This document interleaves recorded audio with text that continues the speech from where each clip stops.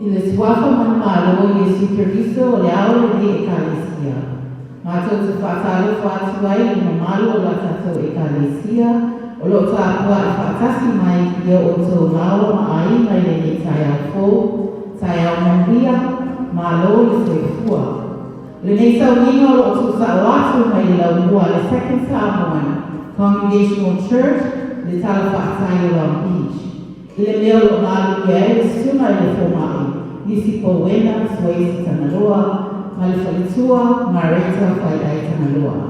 Ai mei se le whaafoma anga i lātou ma whai o na Fita mai i luma o le nei i beina te whailami. Due to the impact of the national health emergency, we are unable to hold our regular service. However, we are live streaming from the Second Samoan Congregational Church of Long Beach. We welcome everyone who are able to join us this morning and thank you for worshiping with us. Let's all give God the glory, honor, and praise.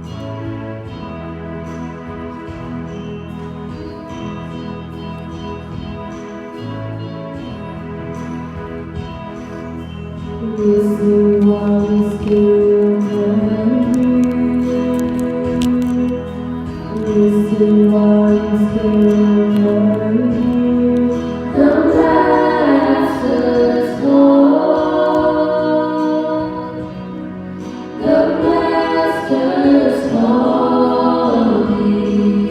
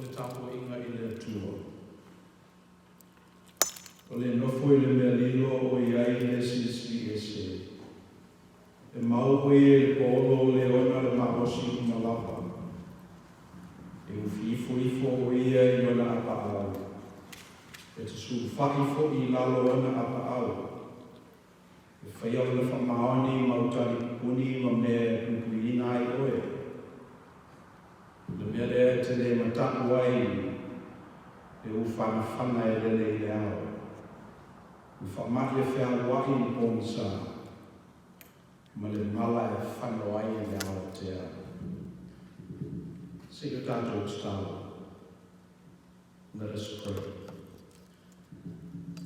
O mātou koto I lungo le nei malaya e tino I matani. E batula mātou whaatu e o so mātou taulanga I la o fio. A fio mea ngā rapa iai I au wali tia le larangi. O mātou to tino atuai o ke teri I nei o le fio anga o la o fio. We are gathered here this morning for our regular worship.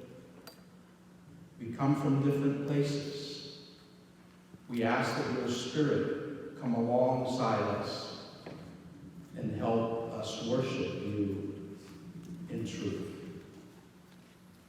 We pray these things in your many names. Amen.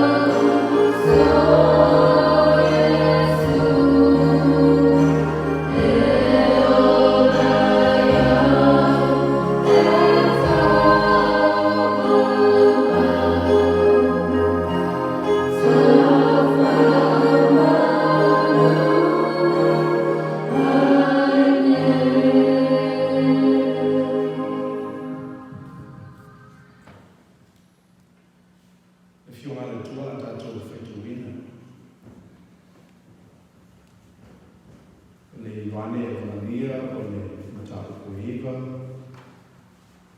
Mata tātou whetau whaongalongo mai le whaiupu mōmua. Whanaka mai le whaiupu spumanua. Our reading this morning is taken from the Gospel of St. John, chapter 9. I'll be reading in Samoan verses 1 to 12 while you follow along in your English translation. Ioane Maria o le PalealiioViiga, foi como mua e foi kuskurua o le awa o whetawina. O le tala i whakuleina o mata o ta waso o le ni. Maliwane o ia o sila fia le tangata o ta waso o talu ina whana mai. O na visini mai leo ina so i ate ia. Papi, o ai e nana sa. O ia nei o ana matua. Ina o whana mai o ia o ta waso. O tali atu Iesū ele kia sala le nei tangata o ana matua. A pitaina ia whaalia ai o ngā luenga le tua i ate ia. E te tau ana o whaia ngā luenga le o ina mai a manu o ao.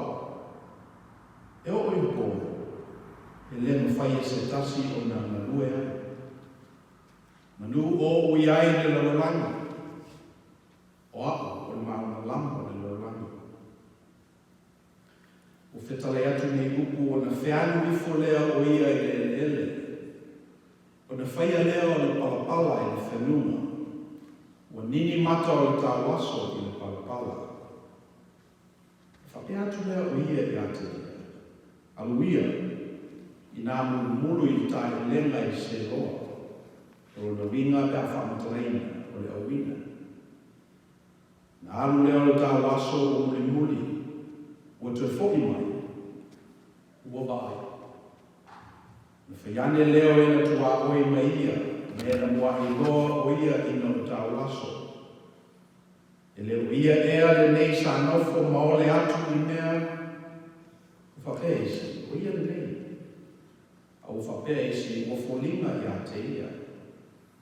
A o tau aso o whamaila leia, o apu lapa le nei. Na whai atu leo i la tō i a te ia, pena whapewhea o na whakuleina o mata. O tani mai o ia. O le tasi tangata i ngoa i a Iesū. O na whaia le palapala ua nini ai o mata. O whi mai fo i a te a o wanuia le ta elenga i se loa ma mulu ai. O na o walu ai lea, ma o mulu ina. Ona o ka aia i lea. Whai atu leo i la tō i a te ia. O whea o iai o ia. O whaka mai o ia. O te le loa. I whanuia te le mai le tu aere tātou whaitau ma whakalologo i upu ana whiola pa ia. Tumo watu pe lava i a te ia lona vi ima. E ale tu lava. I want to take this opportunity to thank you for joining us this morning for worship. On behalf of the head of the church, I'd like to extend a warm welcome to all of you. Wherever you're joining us this morning and whenever you are tuning into this broadcast, welcome. I'm hoping that this proves to be a meaningful experience for you and to Samoans around the world. O te tuina atu le ao le whatalofa. E vea iau sui o le ao le kalesia. Ia te uto mawhai o na maua maina tātou tāpo inga i le nei tai ao mātou o fie. O le moanga ngana lava masani e le nei o lotu i Long Beach, California. O lo tātou ainga le nei. Se mea lawe whataaloa i e whanau le tua. O lo i aino tātou aina i lana kalesia. Why God? Why? Life is so fragile. Tragedy can strike at any time. In the blink of an eye, the world can change just like that. And as Americans, we've been living that awful reality since 9/11, almost 20 years ago, where thousands were killed for reasons unbeknownst to us, killed by complete strangers who assumed somehow in their mind that they were doing something good for the world. Then we've got natural disasters, earthquakes, floods, and tornadoes. And that's nothing to say about what goes on in daily lives, the loss of a loved one, being laid off from your job, losing a romantic person in your life. If you've somehow avoided tragedy at this point in your life, you're very lucky. And you can thank God that you've been spared these tragedies. But now, as a world, we're dealing with the COVID-19 virus and the uncertain nature it has brought to our everyday lives. We now find ourselves asking an age-old question. Why, God? Why? Well, most of us know that God did not cause the tragedy. The Bible states very clearly that God does not willingly afflict or grieve the children of men.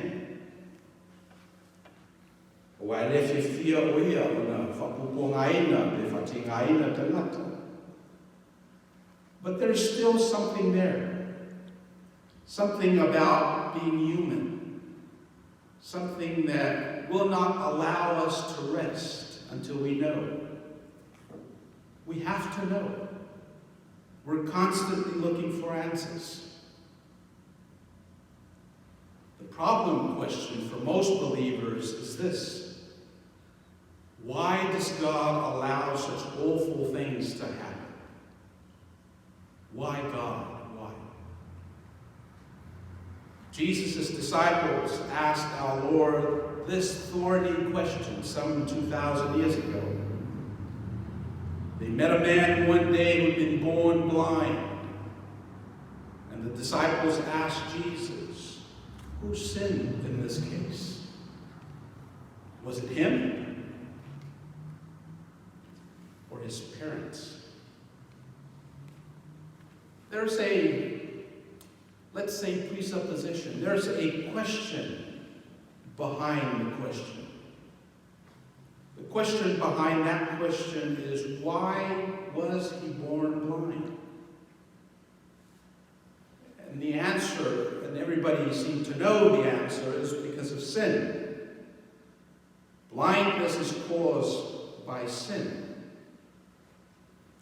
For those who worshiped with us last week, I warned us about the danger of a single story. Single story, this story that we tell about folks. This stereotype that sort of truncates and simplifies a more complex issues that we're dealing with. A single story. And here's another example of a single story. A stereotype that this community has been telling about people born blind. And that there's sin involved. Last week we discovered that the single story is not that it's wrong. One of the dangers of the single story is not that it's wrong, but it's incomplete. And because the answer to that basic question was given, because everyone knew the answer to that basic question, that you're blind because there's sin involved. Maladies happen to you because there's sin.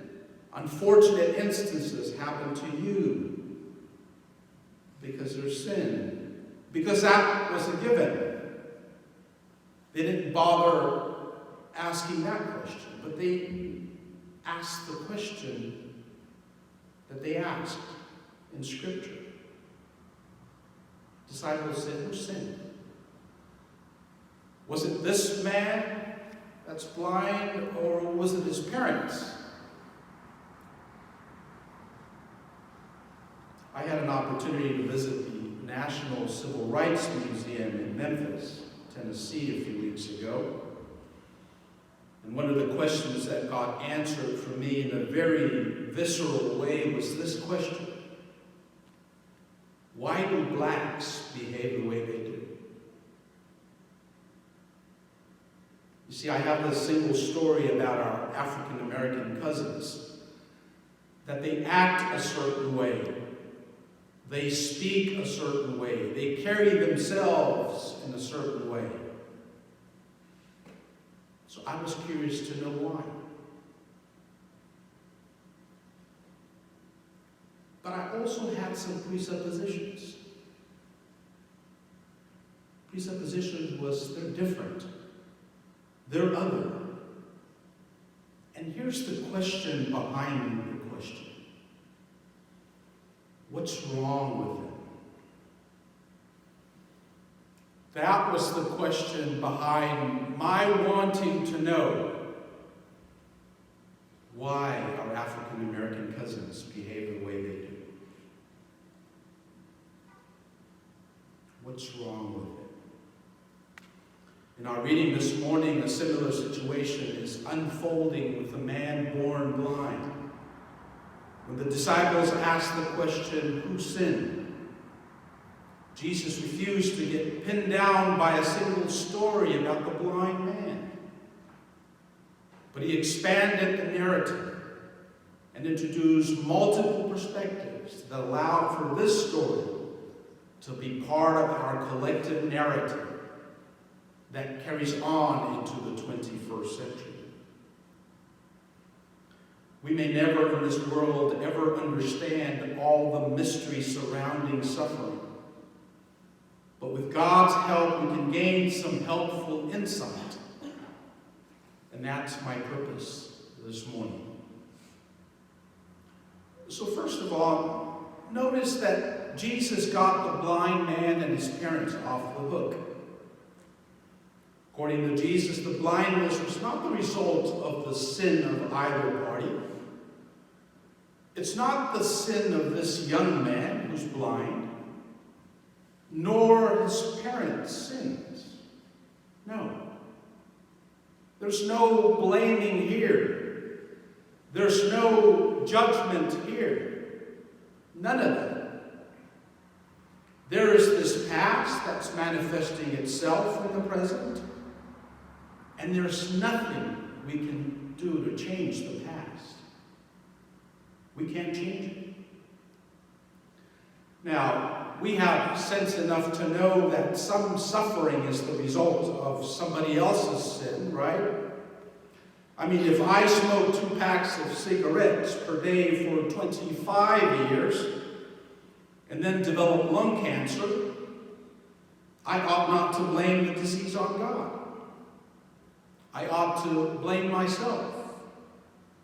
I ought to take some responsibility, let's say.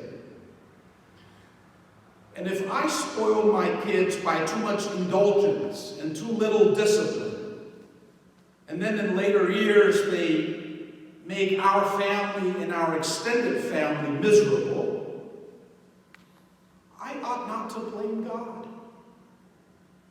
I ought to take some responsibility myself, right? But that's not where the problem lies. The problem comes when we reap what we did not sow. That's where the dissonance lies.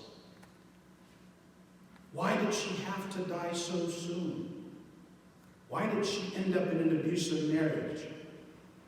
Why was Jesus crucified when he had not committed a sin? Why was he not just given 40 lashes and then released? Why did he have to die on the cross? This is the suffering that we could not square with.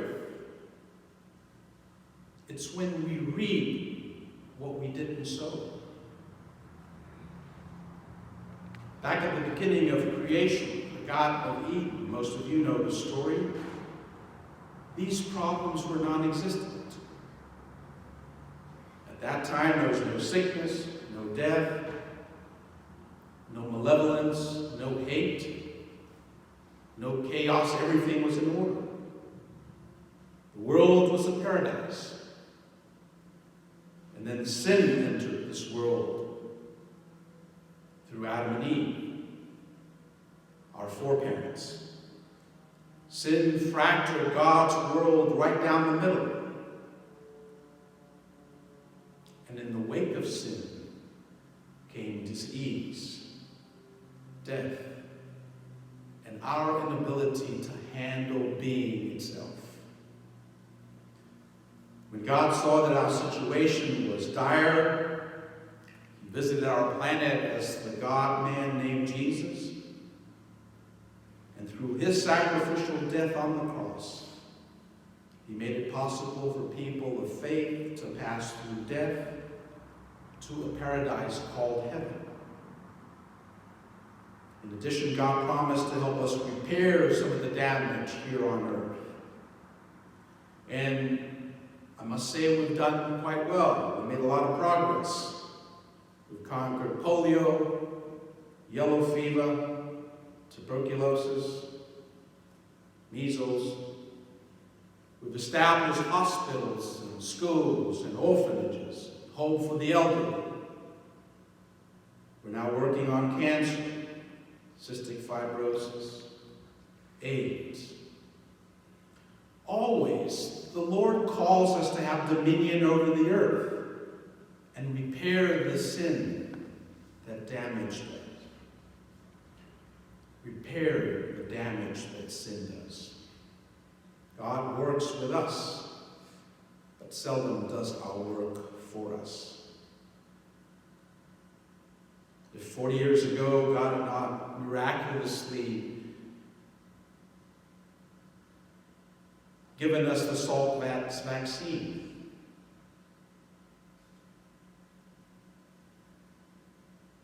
polio would have been cured. If 40 years ago God had miraculously and instantly cured every child with polio, we would never have worked hard enough to develop a vaccine.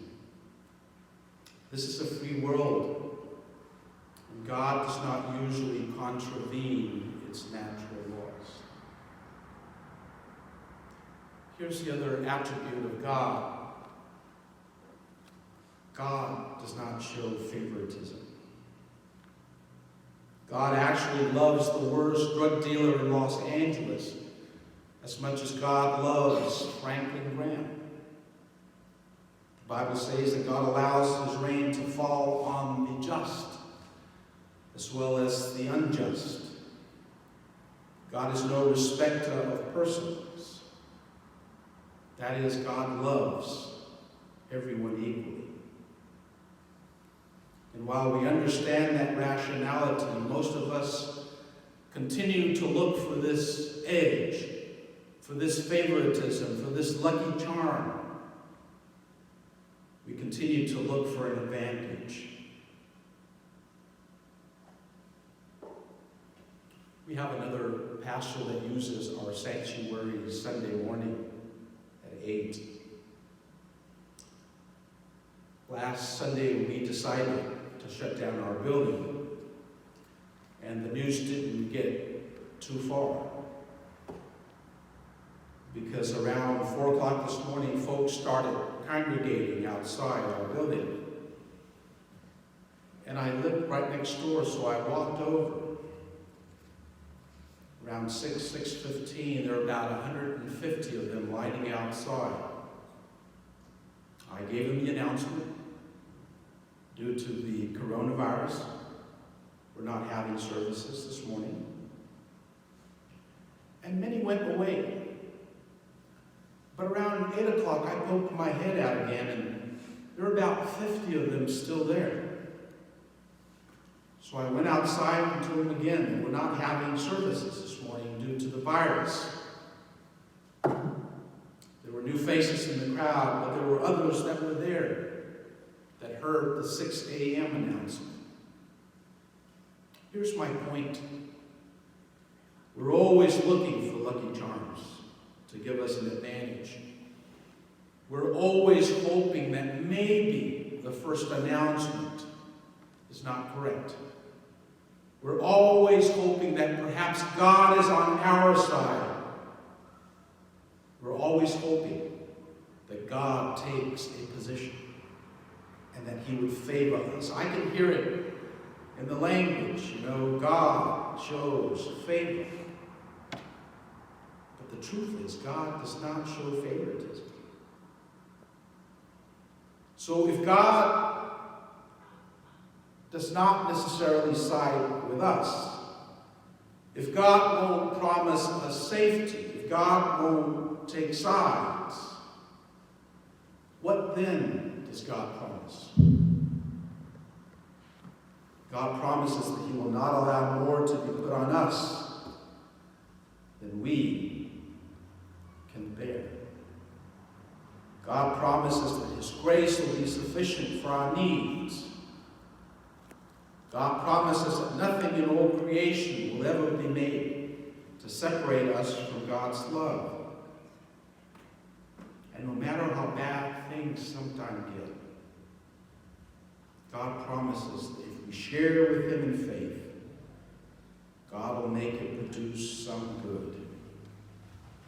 And those are God's promises. But as for the answer to the question, why, God, why? They won't be coming soon. They won't be given. Therefore, stop looking for answers to the question, why God? Instead, Jesus would have us switch to a different question, a better question, a more appropriate question, a more faithful question. And it is this one. What good can come out of this tragedy? In the case of the blind man, Jesus answered this second question rather than the first one. Jesus answered the question, what good can come out of this tragedy? Jesus said that the blind man will be a living demonstration of the power of God, and that's exactly what happened. Jesus healed him. And the story of that healing has been told throughout the years. And it's now a very prominent story in our faith in this 21st century. When a heartbreak or an accident or a layoff or a business failure or an illness or death comes, let this be our question. God, what use can you make of my hard times? If we share our hard times with God in faith, God will make something useful and creative out of every tragedy that darkens our lives. If life breaks your heart or breaks your heart or takes your finances, you can whimper, you can whine. You can ask why, God, why, and demand explanations. But no explanation will be given. People of faith place their sorrows on the altar and ask God to use them. And even our heartaches and sorrows serve God's purpose and declare God's praises. And in the process, our hearts are strangely comforted. My visit to the National Civil Rights Museum gave me answers to the questions I had asked myself. Why, God, why? But the visit also gave me an answer to a more faithful question. Question behind the question. What good can come out of this tragedy? This is the part of our shared history where God's works might be revealed in us. This is part of our shared history that will serve as a living demonstration of the power of God in our country. More importantly, that visit gave me a way to handle the othering that I do with many things I don't understand. Visit gave me a way to handle the othering that I do with many things I don't understand. You see, as an immigrant from Samoa, there is my Samoan community, and then there's others. And there were more others than Samoans. So much of my work and my existence, my being in the world, is how I treat the other. Visit to the National Civil Rights Museum in Memphis allowed me to square with how I do and I treat others. And finally, my visit to the National Civil Rights Museum in Memphis made me appreciate the other that I am. So you should go. Let me end by challenging you, especially our young people. Pay attention. You have access to so much data. Pay attention. Have everything matter. Physically, spiritually, financially, psychologically. Pay attention. Samoan word, mata'alia. Pay attention. The second thing, ask questions. I've always said this, the quality of your life is the quality of your questions, not your answers. It's the quality of your questions. So ask questions. Ask questions as fast as you can think them. Ask questions. Thirdly, focus on the questions behind the questions. Look at your presuppositions. Look at the single stories that we tell about people. And also reflect about the single stories they tell about you. Focus on the question behind the question. Interrogate your prejudices. Examine your stereotypes. And recognize how you are stereotyping others. And then finally, be good. You can do this. You can do this by recognizing the evil that's in you, the malevolence that you carry with you. That's the totalititi portion of our mauli. We talk about this in Samoan classes. In other words, befriend your shadow. And when we do that this week, then we will be this force.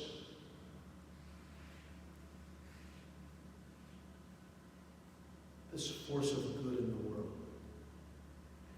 That is my prayer for you, my friends. In the name of the Father, and of the Son, and of the Holy Spirit. Rabbi, Paia na asa. Ia nei o na matua fua I le whanau mai o tawaso.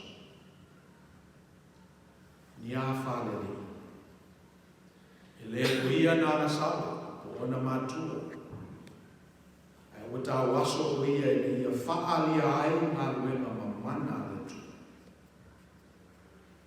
Atonu me whaifo I ona Fisili tātou le nei siama ma le nei whamaki o COVID-19. Leo pisi ai le ngata o tātou watunu a le nanolangi atoa. Ma whai o tātou fisili ai sea, wai ea o angasawa. Po nai seina ea, po nai tangata matitiva ea. A le au onga le tātou tala, I le nei tai au. tutupu nei mea uma. Na ia whaalia ai na mana o le tu. Na ia whaalia ai no na lofa sini ese. Na ia tātou mauti noa o lo soifua o ia. Mai whina ngalo lofa i le tamata. Ia la tātou whaeuna nei sāni i le bese o sānia i special choir.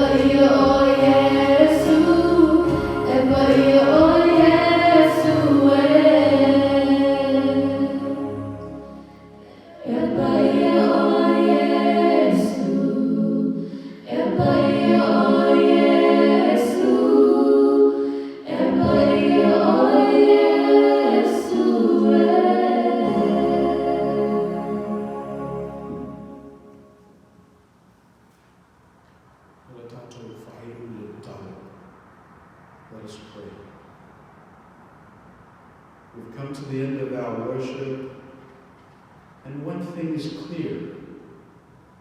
We're not to ask why, God, why, but we're to ask what good can come out of our suffering. As we go out into the world this week, would you give us the boldness, would you allow us to be courageous and fearless, to ask what good can come out of our being in the world this week. That is our prayer.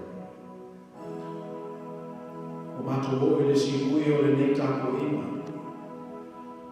Mātou mona ina fui o angi le savini o lo ngā kapaia o mātou mōri. O mātou toi mana. E iai mātou le toa. Mātou te atu ai le rangi le nei vai aso. Ma whakapea ina o le mātou whaia. E tumo mai o mātou runga. Le lofa tuno tele o Iesū Kierstynne o mātou li whaola. Lofa uti vale o le atua o Tamā. Ma mawhtanga le motusia ma loa ngā kapaia. I iai mātou lea ma lau whanau whatuatua i le rurani. Nei se i o i le whakavā